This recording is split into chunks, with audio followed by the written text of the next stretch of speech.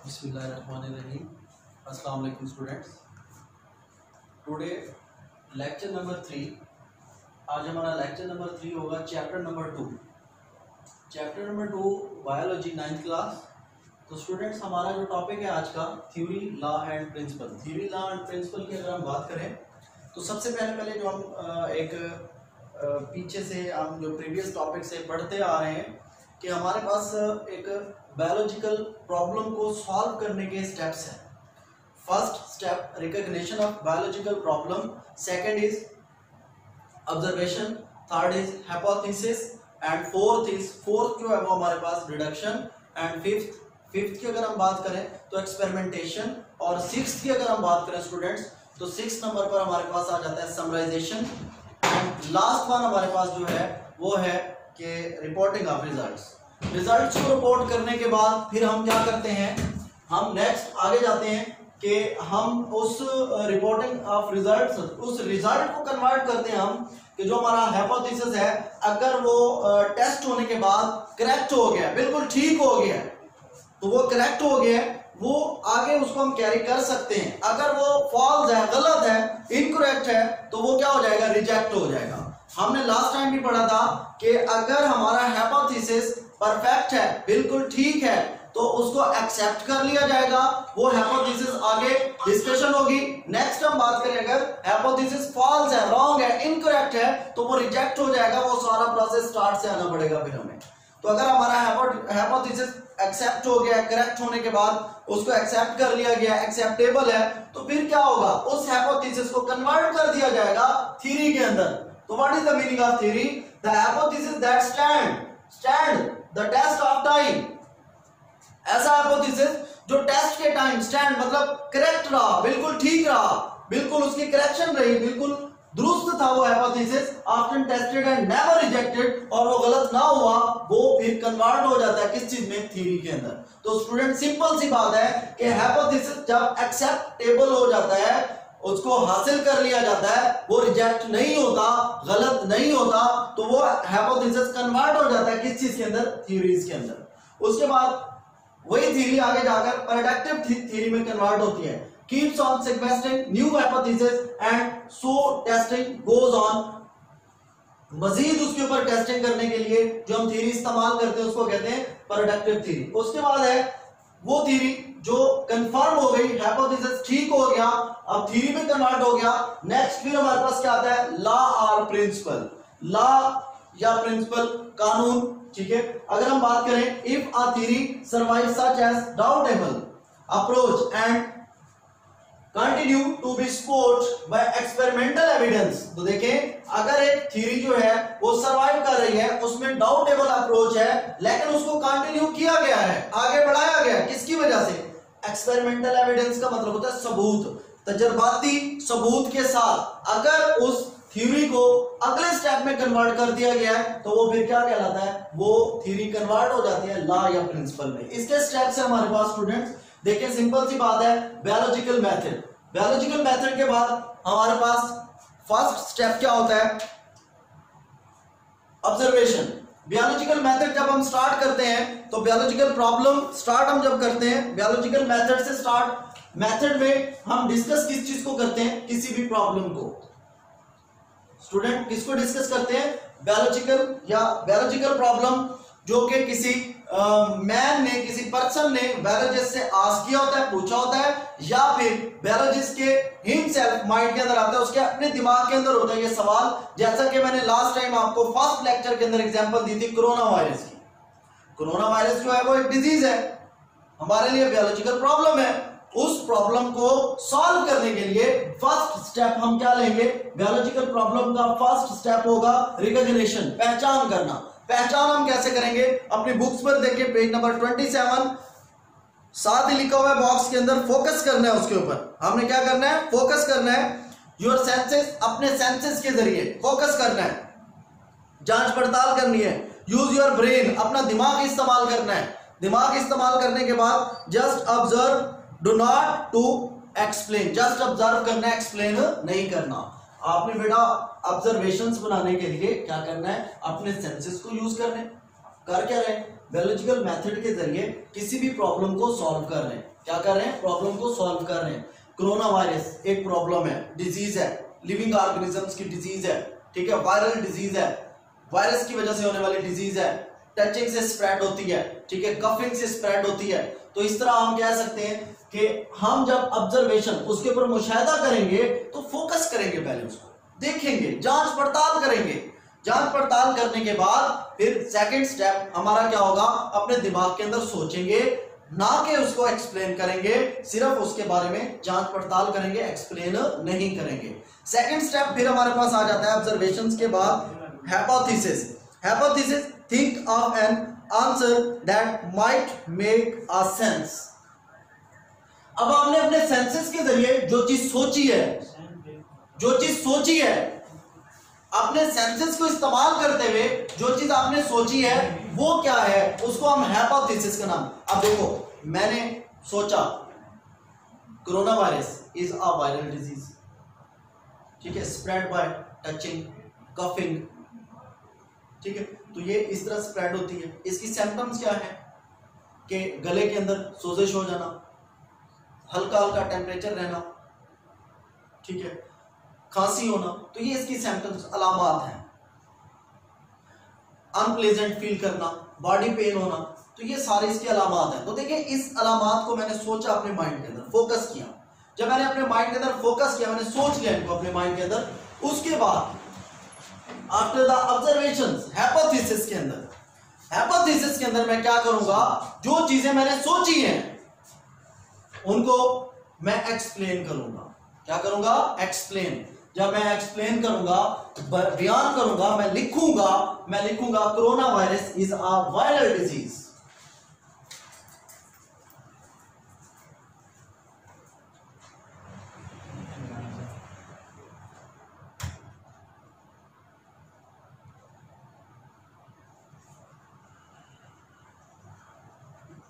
तो ये एक हाइपोथेसिस बन गया।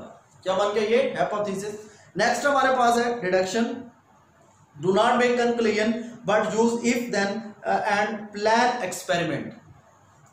जब मैं इस स्टेटमेंट को यहां पे लेके आऊंगा, मैं प्लान करूंगा एक्सपेरिमेंट के, एक बंदा हो मेरे पास जिसको कोरोना वायरस हो, उसके ब्लड का सैंपल लूं मैं और उसके ऊपर एक्सपेरिमेंट करूं। ये लॉजिक है, मैं सोच रहा हूं कि जितने भी कोरोना वायरस के पेशेंट हैं उनको किस तरह हुआ कोरोना, ठीक है, उनकी बॉडी के अंदर कैसे ट्रांसफर हुआ, टचिंग से ट्रांसफर हुआ या कफिंग से ट्रांसफर हुआ या किसी ऐसी चीज को टच किया जहां पर कोरोना वायरस के पैथोजेंस प्रेजेंट थे, तो इस तरह उसकी बॉडी में इंटर हो गया। तो ये कहां से इंटर हुआ, कैसे इंटर हुआ, ये सारी चीजें मैं बात करूंगा हाइपोथेसिस के अंदर। उसके बाद मैं ये कहूंगा कि हाँ जी, ये फला मेथड्स के जरिए इंटर होता है बॉडी के अंदर, वो हमारे क्या बन जाएंगे, डिडक्शंस। डिडक्शन के बाद हम डिस्कस करते हैं एक्सपेरिमेंटेशन को।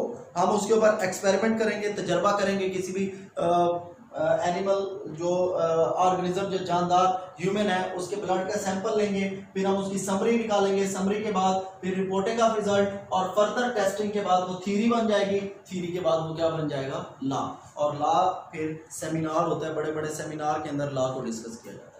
स्टूडेंट्स, ये टॉपिक हमारा कंप्लीट हुआ। इसी टॉपिक के अंदर सेकंड हमारे पास है थ्योरी और लॉ के बाद लास्ट टॉपिक है इस चैप्टर का, डाटा ऑर्गेनाइजेशन। चैप्टर एंड हो जाएगा हमारा आज के टॉपिक के अंदर। स्टूडेंट्स, बहुत इजी चैप्टर है।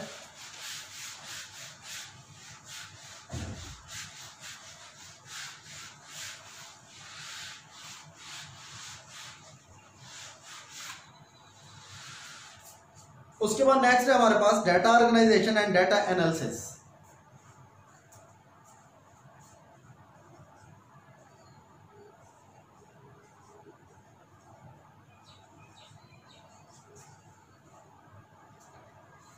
डाटा ऑर्गेनाइजेशन की अगर हम बात करें तो हमारे पास डाटा की डेफिनेशन है। डाटा क्या है, डाटा, तो अगर हम डाटा की बात करें students, data can be defined as information such as, information है, इंफॉर्मेशन सच एज जो कि ली गई हो, नेम्स, डेट्स और वैल्यूज,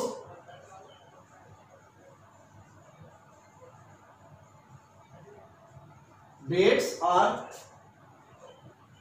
वैल्यूज से ली गई हो, ठीक है। Made from the observation and experiment, made from the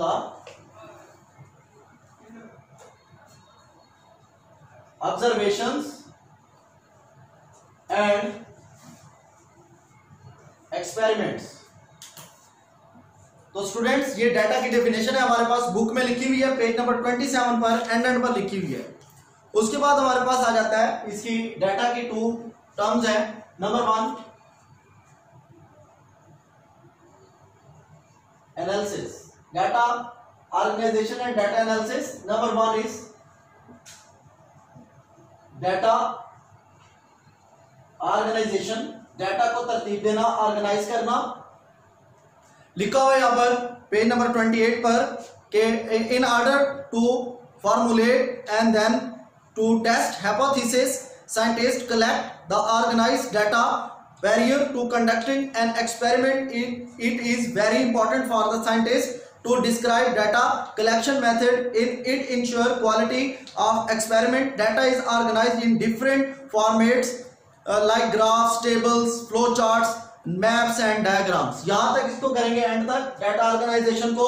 second हमारे पास स्टूडेंट्स होता है data analysis.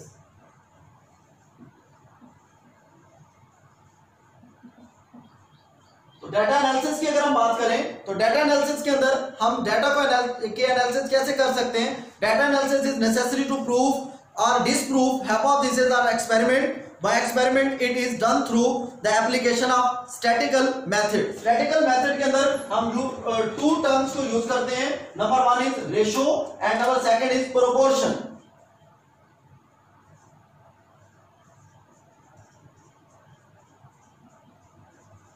Ratio and proportion. Ratio क्या है कि दो क्वांटिटीज के बिटवीन जब हम कह सकते हैं कि ratio when a relation between 2 numbers A and B expressed in the term of quotient A and B. तो जिसको कोशेंट से जाहिर करें ए कोशेंट बी, ठीक है। उसके बाद हम बात करें नेक्स्ट हमारे पास है proportion. Proportion is to join 2 equal ratios by the sign of equality. 2 ratios को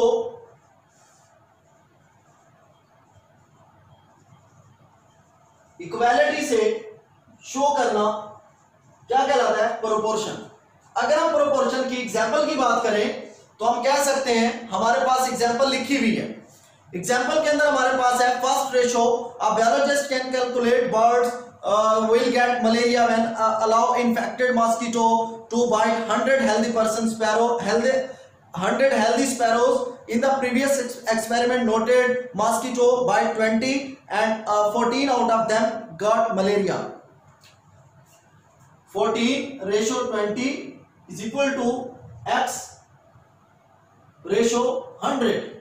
तो ये हमारे पास इसके साथ मल्टीप्लाई हो जाएगा, ये इसके साथ हम कह सकते हैं x multiply by 20 is equal to 100 multiply by 14।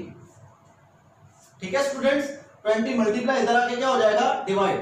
x is equal to 100 multiply by 14 divided by 20।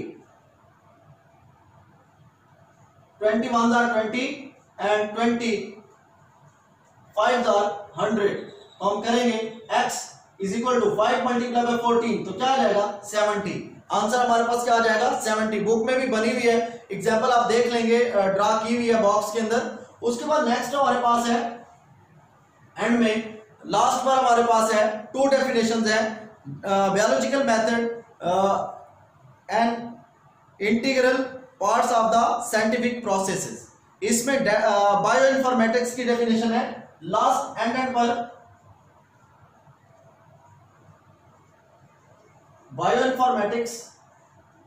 Bioinformatics की definition refer to the computational and statical techniques for the analysis of the biological data. ये last line में है, definition आप देख लेंगे। उसके बाद इसके एमसीक्यूज होंगे इस चैप्टर के। एमसीक्यू नंबर 1 हमारे पास, हम बात करें एमसीक्यू नंबर 1 की स्टूडेंट्स। एमसीक्यू नंबर 1 के अंदर हमारे पास है which one of the following is a correct sequence in a biological method biological method का करेक्ट सीक्वेंस क्या है? Option C, option C is correct. Second MCQ के अंदर हम बात करें अगर which one of these is not characteristics of a hypothesis, तो इसका सी होगा, must be correct. Third MCQ, at which point is a biologist most likely to use reasoning, इसका बी ऑप्शन, थर्ड का B, during hypothesis formulation. Fourth, a hypothesis must be testable to be scientifically valid, ठीक है, इसका option होगा हमारे पास B, fourth का B. और fifth का अगर हम बात करें, fifth MCQ, what would be the best experimental design for testing a hypothesis that bean plants require sodium, तो इसका डी ऑप्शन होगा, analyze roots content for sodium, D option 5 का। 6 का हमारे पास, 6 का होगा, a gardener see a large snake nearby, he knows that generally snakes sting, the gardener run away, the gardener did which of the following, used reason, option A used reason, उसके पास reason थी भागने के लिए। 7, a scientific theory has which of the following properties, following properties रखते हैं, it cannot be rejected, scientific theory को कभी भी रिजेक्ट नहीं किया जा सकता, बी ऑप्शन। 8, MCQ नंबर 8, experimentation is only a step of the scientific process but it is very important because it always, option A, always give the biologist a correct result। Last MCQ, ninth MCQ, पूरी statement लिखी हुई है, उसको पढ़ेंगे और इसका option जो है वो हमारे पास बी करेक्ट है, बी। ये एमसीक्यू है, देख लेंगे और फिर इस टॉपिक की हाईलाइटिंग देख लें जरा। Open your book students please, page number 26, page number 26 की फोर्थ लाइन में जाएंगे। फोर्थ लाइन में लिखा हुआ है, the hypothesis that stand the test of time, bracket में often tested and never rejected are called theories। Next page पर आ जाए, पेज नंबर 27, यहाँ 26 पर सिर्फ थ्योरीज की डेफिनेशन है, 27 पर प्रोडक्टिव थ्योरी, पहली लाइन है, keeps on suggesting new hypothesis and so testing goes on, ठीक है। उसके बाद सेकंड लाइन के एंड में जाएंगे, सेकंड लाइन इसी पेज नंबर 27 पर जो फर्स्ट पैराग्राफ है, इसके एंड में, सेकंड लाइन के एंड में देखें, if a theory survive such doubtful approach and continue to be supported by experimental evidence, it become a law or principle। उसके बाद है नेक्स्ट, इसी के आगे scientific law, define scientific law, a scientific law is a uniform or constant fact of the nature, it is an irrefutable theory, which one of the following is irrefutable theory, scientific law, ये MCQ है। उसके बाद ये draw किया हुआ है, पूरा graph ये ड्रा किया हुआ है बायोलॉजिकल मेथड का, ठीक है, draw the structure of biological method, इसका क्वेश्चन है, पूरा ये ड्रा करना होगा, मैंने ड्रा किया था बोर्ड के ऊपर, ठीक है। उसके बाद students last data organisation and data analysis के अंदर हमारे पास है फर्स्ट लाइन के एंड से, data can be defined as information, ये डाटा की डेफिनेशन है एक्सपेरिमेंटेशन तक। लास्ट पेज पर आ जाए, डाटा ऑर्गेनाइजेशन पूरा ही करना होगा, पैराग्राफ पूरा हाईलाइट कर लें।